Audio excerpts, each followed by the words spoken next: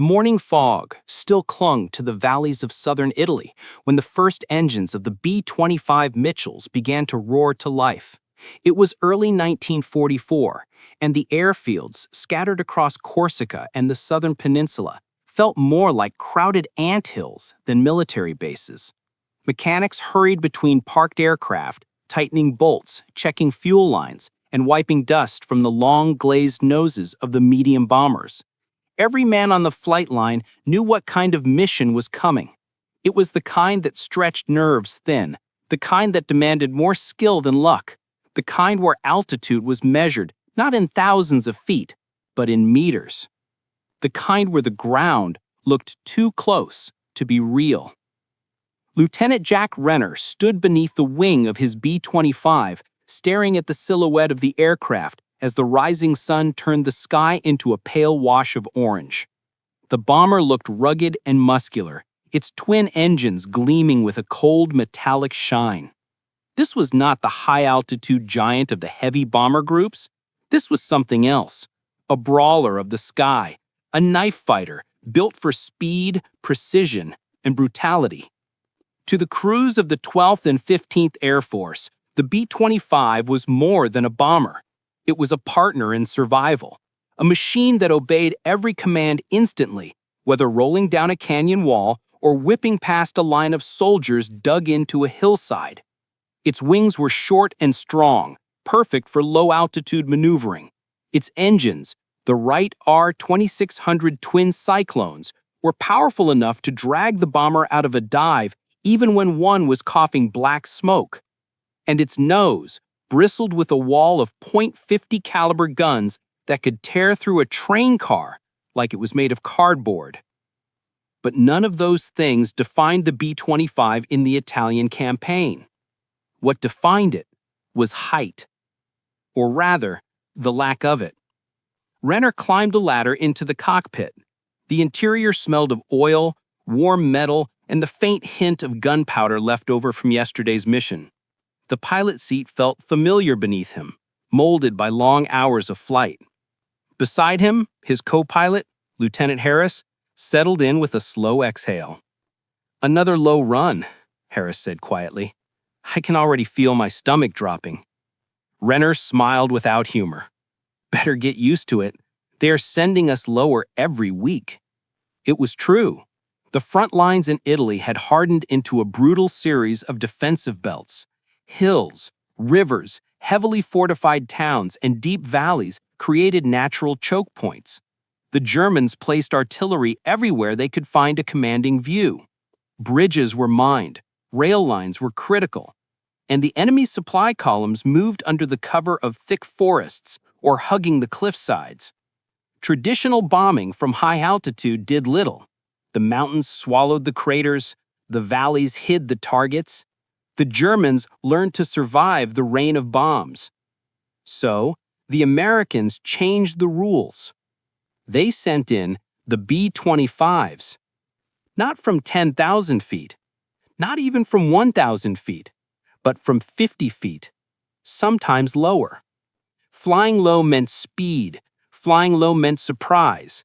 Flying low meant threading a needle at 300 miles per hour, knowing that one mistake, one misjudged shadow or rising hill could tear the aircraft apart. Renner pulled his oxygen mask aside and looked out the cockpit window. Beyond the runway, rows of olive trees lined the fields. A thin mist hung above them, drifting like a pale veil.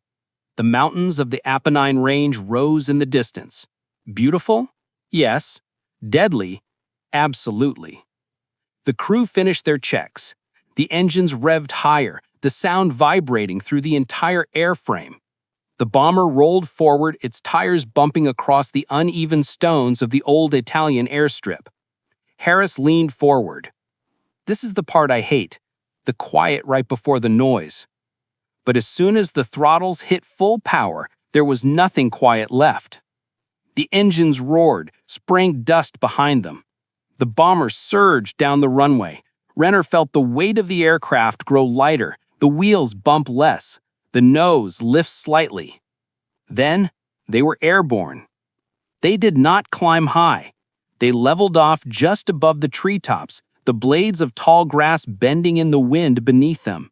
The morning haze rushed past the canopy in streaks. The ground looked close enough to touch. Renner kept the nose low.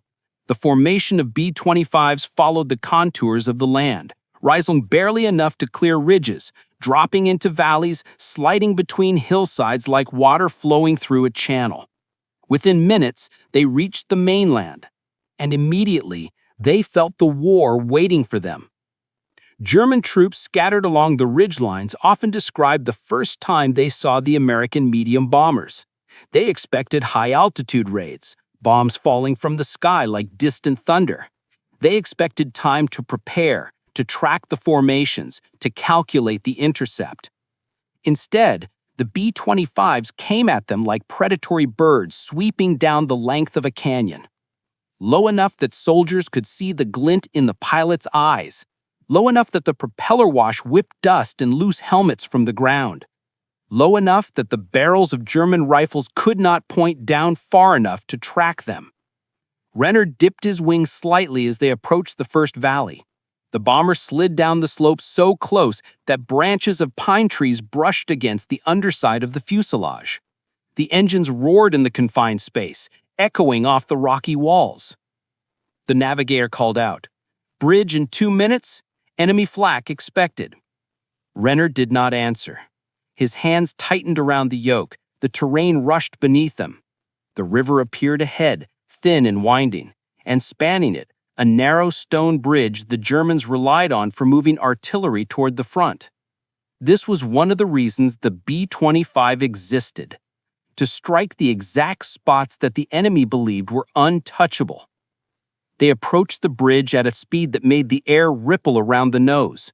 German flak crews scrambled into position, but their guns were built for aircraft high above, not for something bearing down on them at eye level.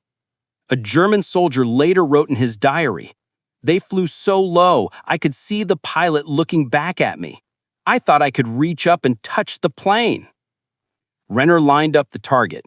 His bombardier braced himself. The valley walls lit up with tracer fire. Machine guns raked the air above the bomber, missing by mere inches. Bombs away. The bomber jumped as the payload released. Explosions tore across the stone bridge, sending debris into the river below. Renner yanked the bomber upward just enough to clear a rising hill on the far side. The crew inside felt their stomachs rise with the sudden change in altitude. Another valley, another hill, another target. This was the start of the day, and the Germans had no idea what was coming next. The B-25 Mitchells were not flying above Italy. They were ripping through it, and they were only getting lower. The B-25 formation skimmed over the rolling fields of central Italy as if the aircraft were not machines, but living creatures hugging the earth for survival. The early haze had lifted, revealing valleys carved like giant scars through the Apennine Mountains. Lieutenant Jack Renner adjusted the trim with small, precise motions, each correction keeping the bomber only a dozen meters above the tops of the olive trees below. Low-level flying was unlike any other form of combat aviation. At altitude, the sky was a wide-open realm. There was margin for air, space to breathe, time to think. But down here, flying barely above the surface, the sky was a narrow corridor lined with lethal walls. One misjudged hill, one rise in terrain, one late reaction. That was all it took for a bomber to smear itself across the landscape. In the cockpit, Harris kept both hands braced on the sides of the window. "I swear, Jack, every time we fly this low, I feel like I am falling into the ground." "You will get used to it," Renner said. "No, I will not." Renner did not argue. Nobody ever really got used to low-level flight. They learned to control the fear, to bury it beneath skill and repetition, but the instinct to pull up never fully disappeared. Behind them, the bombardier peered through the greenhouse nose, adjusting his sight lines. "Bridget Orte is still our primary target," he called. "Expect heavy fire." Renner acknowledged him with a nod, but kept his eyes forward. The terrain was already tightening into a narrow valley. The sides rose steeply, covered with clusters of pine trees and terraces carved for farmland. The bomber fit inside the valley like a bullet inside a barrel. The noise of the engines reverberated off stone cliffs, creating a strange effect. The sound hit them from all sides, making it feel as if the bomber was flying inside a giant drum. It added to the tension, pressing into their ears like a second heartbeat. Harris pointed out the window. "Look at that, flak towers on the ridge." Indeed, German crews had built small sandbagged emplacements along the slopes. They were low-caliber guns, but deadly at this altitude. A cannon shell from below would tear into the belly of a B-25 with terrifying ease. Renner tightened his grip. "Stay steady, we will pass beneath their arc." The bomber hugged the valley floor, slipping beneath the line of fire by meters. When the Germans opened up, their tracers streaked overhead instead of into the fuselage. Harris let out a tight breath he had been holding. "This is insane." That was the nature of low-level bombing. It traded altitude for survival, danger for surprise. The Germans expected bombers from above, not from the deck. Their guns were aimed skyward. Their radars struggled to read the terrain. Their crews often reacted too late. And when they reacted on time, the B-25s were already past them. Renner's radio operator leaned forward. "Command says German troops in the region have begun describing us in their reports. They call the B-25 the ground scraper." Renner smirked. "Could be worse." A voice from the tail gunner came through the intercom. "I saw a farmer look up at us like we were breaking into his house." Renner kept them focused. "Heads up, power lines ahead." The valley widened briefly before narrowing again toward a set of stone houses on a ridge. Between two slopes stretched a line of electrical cables. They were thin, almost invisible at high speed, but hitting one would shear a wing clean off. Renner pushed the nose down a fraction. The bomber dropped, slicing beneath the wires so close that the shadow of the cables flicked across the cockpit like a whip. The top turret gunner let out a long whistle. "I think those wires just parted my hair." Renner rolled the bomber slightly to follow the terrain. The ground rose again, meeting the aircraft halfway. Trees whipped past so quickly they appeared as green blurs. The smell of earth mixed with engine exhaust drifted into the cockpit. The navigator called out again. "Enemy rail line ahead, curving into Fulignano. Expect troop trains." That meant one thing. Guns forward. Renner flicked a switch. The dozen .5 caliber guns in the nose came alive with a heavy metallic crack. The entire aircraft vibrated under the chatter of the machine guns. Harris watched the ground. "Where are they?" "Wait for it," Renner whispered. Then he saw them. A column of German rail cars snaking along the track, smoke pouring from the locomotive. Troops were visible on the car roofs, manning makeshift machine gun positions. Renner dropped the nose. The train filled the nose view. Men shouted on the ground, scrambling for cover. The B-25 roared over the rails, guns ripping through the transport cars. Sparks erupted as bullets smacked into steel. The locomotive burst into flame, steam exploding upward in a violent plume.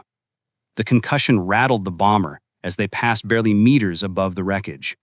Behind them, the tail gunner shouted, "They're scattering like ants down there." Renner climbed slightly, just enough to clear a rising hill. The bomber shook as the left wing clipped the top of a tree, snapping branches into the air. Harris swallowed hard. That was too close. Renner replied under his breath. Close is what low-level flying is. They leveled out again as they neared another valley. The terrain ahead opened into a wider field scattered with German positions. Trucks, light flak guns, infantry, all visible at eye level. The Germans couldn't believe what they were seeing. Bomber aircraft screaming past them like charging bulls. Not above them, not beyond reach, but right in their faces. Some soldiers fired rifles straight upward. Others dove into trenches. A few simply froze, staring at the pilots of the B-25s as if unable to comprehend how a bomber could fly lower than the trees. A German gunner later told a captured American that the B-25s came so low he could see the wrinkles on the pilot's forehead. Renner banked to the right, turning into another valley. "This is it," he said. "Last valley before Orte." The crew braced themselves. The margin for error was gone. If the Germans wanted to stop them, this was their chance. Anti-aircraft guns rang the approach to the bridge. Machine gun nests dotted the hillside. The B-25s had to go under them, through them, or straight past them. This was the art of low-level bombing. The cliff walls rose. The valley tightened. The ground rushed by like a living thing. Renner steadied the bomber. There was no going higher. There was only going through. The valley narrowed as Lieutenant Jack Renner guided the B-25 deeper into the Apennine Mountains. The air around the bomber felt compressed, almost solid. The walls of stone were so close that the echo of the engines ricocheted between them like cannon fire in a granite canyon. The crew inside felt every vibration, every shift of air, every heartbeat of the engines. The tension in the cockpit was almost physical. Harris leaned forward, eyes wide as he watched the rising ridgeline ahead. "I feel like we are flying through a tunnel," he muttered. Renner did not respond. His entire focus was locked on the next ridge, the next curve of the terrain, the next shadow that might hide enemy guns. Low-level flying left no room for distraction. It demanded instinct sharpened by fear, skill refined by repetition, and courage held together by discipline. The B-25 climbed just enough to clear the ridge. As they crested the hill, the valley opened into a wide green expanse that stretched toward the distant town of Orte. From their altitude, the landscape looked close enough to touch.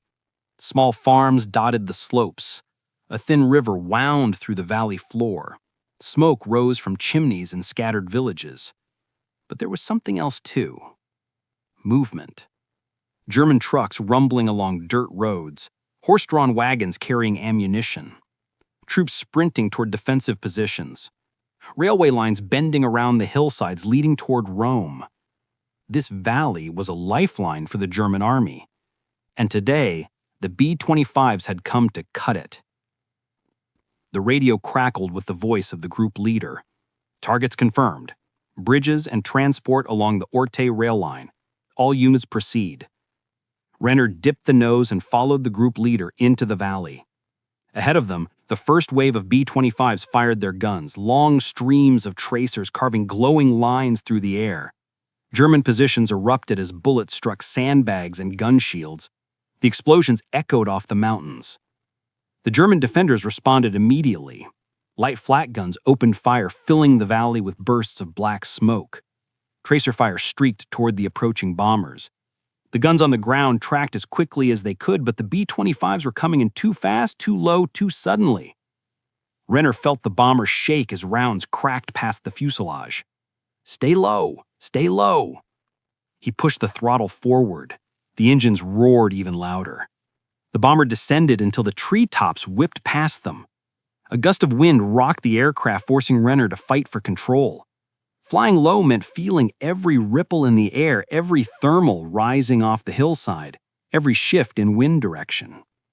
Harris shouted over the noise, "Bridge ahead! Bridge ahead!" There it was, the stone bridge at Orte, stretching across the narrow river. German troops rushed along both ends of it, setting up machine guns and hauling ammunition crates. Trucks crawled across its surface, trying to get out of the kill zone. Renner leveled the bomber and held it steady. "Bombardier, stand by." The bombardier crouched in the nose, one hand on the release switch. On the ground, German soldiers scrambled for cover. One gunner operated a flak gun positioned at the far end of the bridge, trying to angle his barrel low enough to fire directly into the incoming bomber. But the arc of his gun was designed for targets higher in the sky. He could not push it low enough. And that was the fatal flaw of German defenses. They were built to fight bombers above them, not bombers at eye level. The B-25 roared across the valley, closing the distance in seconds. "Bombs away!" The bomber leapt upward as the payload dropped. A second later, the earth beneath the bridge exploded. Stones shattered in every direction. The structure buckled, twisted, then collapsed into the river with a violent crash that threw water into the air like a fountain. Harris pumped his fist. "Direct hit!"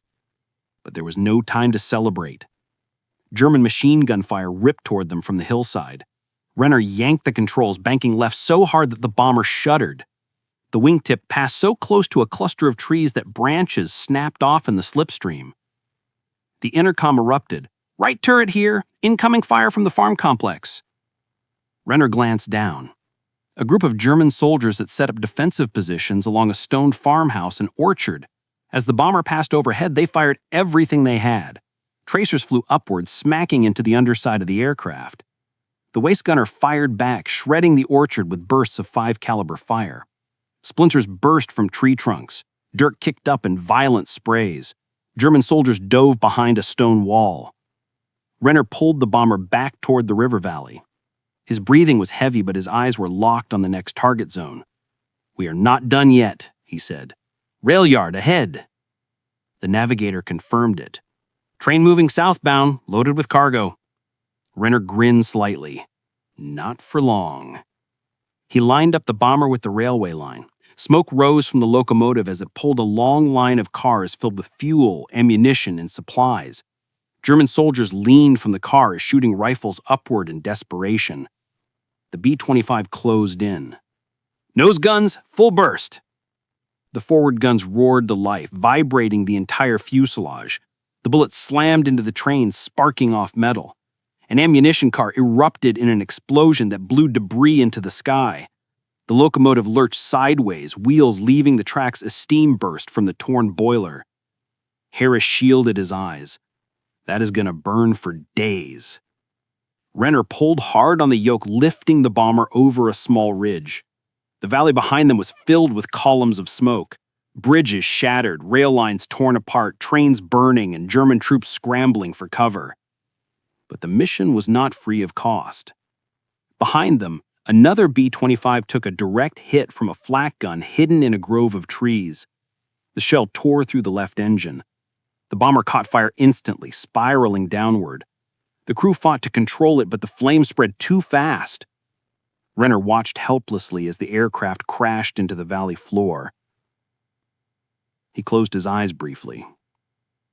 We knew this was coming. Low-level missions were deadly by nature. There was no margin for error, no altitude to trade for time. Every enemy gun had a direct line of sight. Every mission came with the possibility that a plane would not return. But they flew anyway. Because the bridges had to fall. The rail lines had to break. The German supplies had to stop. And no other aircraft could deliver that destruction with such precision. Renner steadied the bomber as they prepared to exit the valley. The mission in Orte was done. But the war in Italy was not. And the B-25 would be needed again. Lower.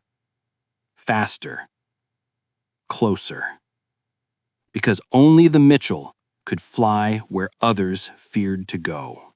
Smoke still curled upward from the shattered bridge at Orte as Lieutenant Jack Renner and his crew flew north along the valley, the B-25 vibrating from the strain of low-altitude maneuvering. The mission had already pushed them close to the limit, but the day was far from over. Their orders included more targets scattered across the Italian countryside. Every valley, road, and ridge seemed alive with German troops preparing for another fight. Renner steadied the bomber as they crossed the next ridge. Immediately, the world below erupted into chaos. German machine gun teams, scattered across the hillside, tried to track the formation with frantic movements. Soldiers ran to their weapons, shouting as the engines of the incoming B-25s echoed across the valley.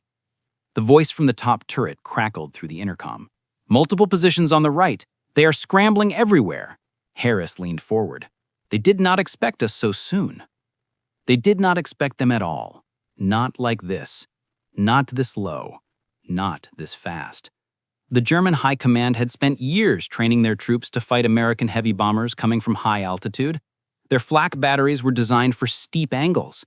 Their spotters watched the sky, not the treetops. Their manuals dictated engagement strategies for aircraft at thousands of feet. But nothing in German training prepared them for bombers that swept in below the tree line.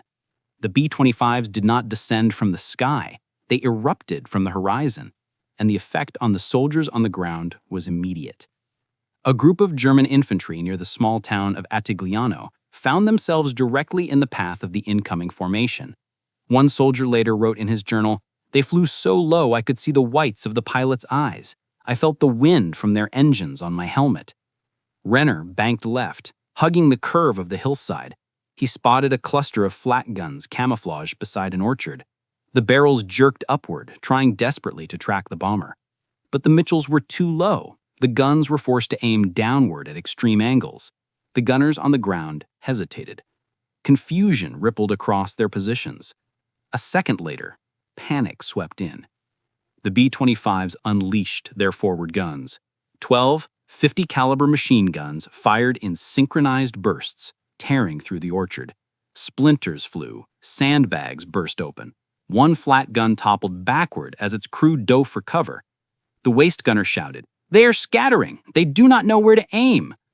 German soldiers scrambled across the field, stumbling over each other as they sought shelter. Some tried firing rifles upward, bullets snapping harmlessly against the armored belly of the bomber. Others simply froze, staring in disbelief as the Mitchell roared over them like a metal beast scraping the earth. Renner held the bomber steady, feeling the pressure of the air against the wings. A gust from the valley floor pushed them slightly off center, forcing him to correct instantly. The sensation of flying so close to the ground never softened. The line between control and catastrophe was razor thin. Harris glanced to his right. "Jack, look at that. They are running for the woods." A cluster of German troops sprinted across an open field toward a pine forest. Renner adjusted course slightly so the tail gunner could line up. The 50 cows barked again, sending rounds into the ground behind the fleeing soldiers. The troops dove into the trees, thankful for any cover at all. The intercom buzzed again. "Tail here. There is a battery on the far ridge. They're setting up quick." Renner lowered the nose just enough to drop behind a line of tall poplars. The B-25 skimmed past them, branches whipping in the slipstream. The German battery on the ridge opened fire, but their shots sailed too high. They were accustomed to aiming where bombers usually flew, not where these demons of the sky now operated. A German officer watching the attack later wrote, "These aircraft did not fly over us, they flew through us." Renner's formation climbed briefly to clear another ridge before plunging into a narrow defile carved by centuries of rainwater. Shadows engulfed the bomber as the high walls blocked the sun. The engines thundered inside the confined space, shaking loose stones from the hillside. Harris stared ahead, his knuckles white on the window frame. "Feels like we are inside a canyon built to kill us." Renner kept his voice steady. "Just hold on." Two B-25s ahead executed rapid S-turns to avoid low-hanging rock outcroppings. Their wingtips passed so close that stone dust trailed behind them. A German gun crew hidden in the rocks opened fire, the flashes lighting up the canyon. Renner pulled slightly to the left. The tracers passed inches from his cockpit glass. The forward gunner returned fire, sending bursts into the rocks. The German crew scattered, their position collapsing under the hail of bullets. They exited the canyon suddenly, bursting into sunlight. Before them lay another valley dotted with German camps and supply posts. Soldiers pointed upward, some dropping their packs, others reaching for rifles. But low-level flying was more than a tactic. It was a shock weapon. There was no warning, no distant drone of engines, no shadows on clouds, only the violent arrival of bombers at rooftop height. On the outskirts of a small village, Renner spotted a German column moving along a dirt road. Trucks, armored cars, and infantry marched in tight formation. The lead vehicle braked, tires locking in panic, as the first B-25 swept in low from the east. German officers shouted orders. Some pointed frantically at the incoming aircraft, others dove behind their vehicles. The B-25s hit them with everything they had. Nose guns shredded the front of the column. Trucks erupted in flames. Dust exploded across the road. Vehicles swerved, crashing into ditches or colliding with each other. Soldiers scattered in all directions. Even Renner felt a moment of disbelief at the devastation. They were not just disrupting supply lines, they were tearing them apart. The German defenders realized too late that altitude, their greatest shield against bombers, had been turned into their greatest weakness. The B-25s flew beneath their guns, beneath their expectations, beneath their doctrine. A captured German gunner later described the experience to American interrogators. "They came at us so low we did not know if we should fire or duck. Some of us did both." Renner rolled left, guiding the bomber between two hills. The valley behind them was burning. Smoke curled upward in thick black pillars, the ground littered with destroyed equipment in abandoned positions. Harris exhaled. They never stood a chance. Renner did not reply. He knew the truth. They stood a chance. The B-25s just came lower than anyone imagined. And in Italy, altitude was the battlefield, and the Americans now owned the bottom of the sky. The sun was sinking behind the Italian hills when Lieutenant Jack Renner guided his B-25 back toward friendly territory. The engines vibrated with fatigue, the fuselage scarred, and the wings peppered with holes. Yet the aircraft was still flying, still answering every touch of the controls, still pushing through the final miles of a mission that would be remembered long after the smoke cleared. Behind him, the crew sat in drained silence. The adrenaline had faded, replaced by the heavy weight of exhaustion. Each man replayed the events of the day in his mind, seeing flashes of burning trucks, collapsing bridges, and German troops scattering beneath them. They had flown closer to the ground than any bomber crew should have.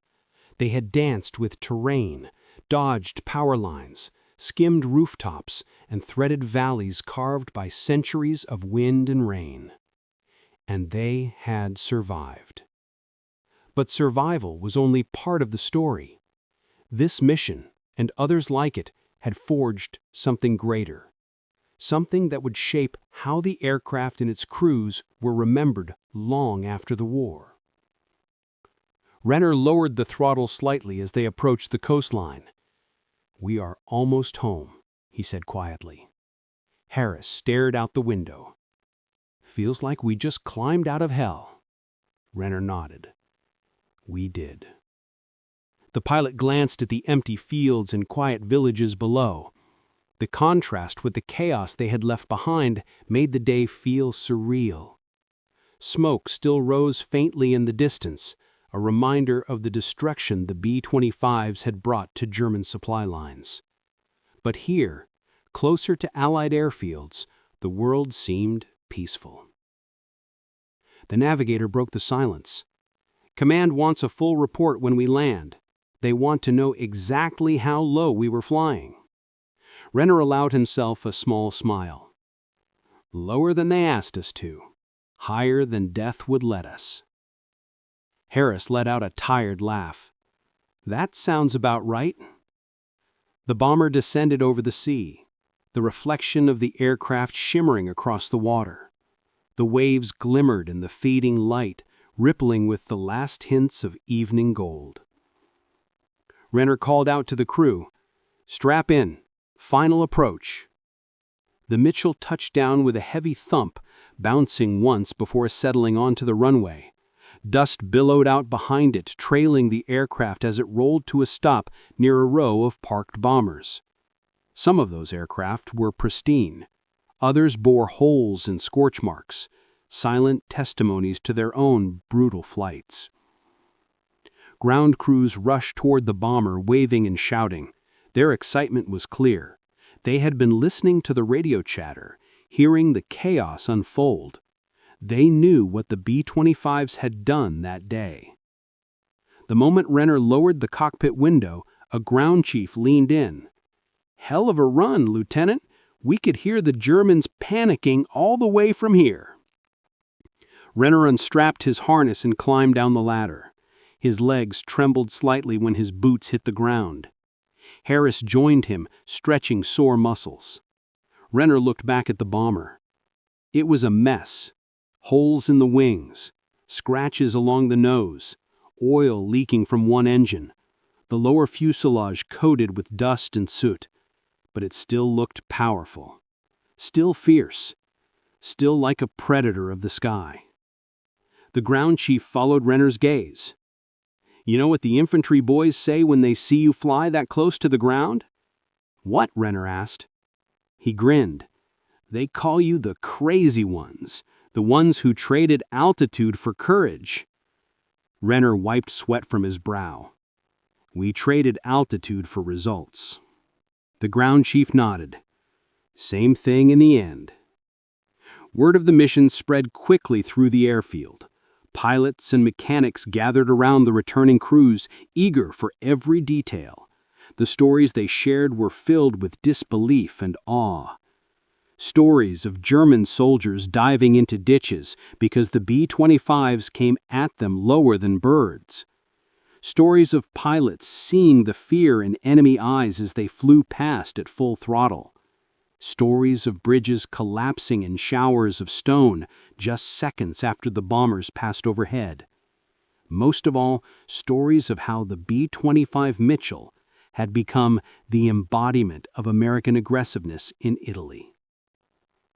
The aircraft itself played a huge role in that legend. The Mitchell was a machine built for close-range, high-speed attacks. Its design allowed it to fly low with stability that heavier bombers could never match. Its forward guns made it as much a strafing platform as a bomber. And its rugged structure gave the crews a fighting chance even when flak tore into the wings. But the legend was not only about the aircraft. It was about the men who flew it. The crews who learned to navigate valleys by instinct. The pilots who trusted their machines at altitudes where mistakes were fatal. The gunners who fought enemies only meters below them. The navigators who kept maps steady while the plane bounced through turbulence inches above the treetops. The Italian campaign was filled with dangers, steep valleys, narrow passes, hidden flak guns, rail lines crawling with troops, reinforced bridges guarded around the clock. But the B-25 crews accepted every challenge. They had to, because without them, the German war machine would keep moving. Troops would reinforce the front, guns would reach Monte Cassino, supplies would arrive in Rome. Every mission the B-25s flew at low level broke another link in the German defensive chain. As night settled over the airfield, Renner and his crew walked toward the briefing tent for debriefing. The sky above them was quiet now, no longer filled with smoke or fire. But even in the silence, Renner could still hear the echo of the engines, the rush of wind through the valleys, and the crack of gunfire beneath their wings. Harris walked beside him, staring down at his boots. "You know, Jack, I think today was the first time I understood why they picked us for this." "Why?" Renner asked. Harris looked up. "Because they needed pilots who were not afraid to fly where the enemy thinks we will not." Renner considered it. "Not fearless," he said, "just willing." Harris nodded. "Yeah, maybe that is the better word." Behind them, ground crews worked late into the night repairing bullet holes and rearming the bombers. The smell of fuel, oil, and hot metal drifted across the field. The sounds of tools clanged under lantern light. The B-25s would fly again in the morning. Low, fast, relentless. And the Germans would once again look up in shock, unable to believe how close these machines dared to come. That was the legacy of the B-25. Not just a bomber, not just a weapon, but a symbol of airborne courage.